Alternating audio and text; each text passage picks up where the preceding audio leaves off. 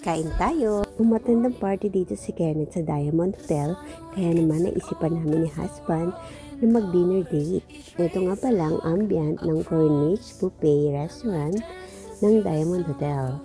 Fountain view ang aming table, kaya naman tuwang-tuwa ako dahil malapit ako sa Japanese cuisine. Tingnan naman itong salmon and tuna nila, fresh na fresh. Kaya eto agad ang kinuha ko. Hindi ko na pinatagal, kaya ito talaga yung inuna ko. Mabilis maubos yung mga sashimi, pero mabilis din sila mag-refill. Diba may mga ibang buffet na ang tagal ng refill. Ito yung mga food variants nila. Ang daming choices. So kayo na lang talaga pumili kung anong trip nyo kainin. Sunday ngayon, kaya ang rate nila is 180. Pero kung mayroong promo like 50% off or 40% off, mas makakamura kayo. Pina-honor din nila dito yung mga PWD ID at Senior Citizen ID. Kaya less VAT na rin yun.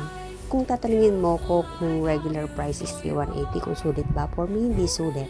Pero kung 50% or 40%, okay na rin kung kainin ko yung maraming roast beef, tapos yung mga sashimi nila, tapos yung mga noodles.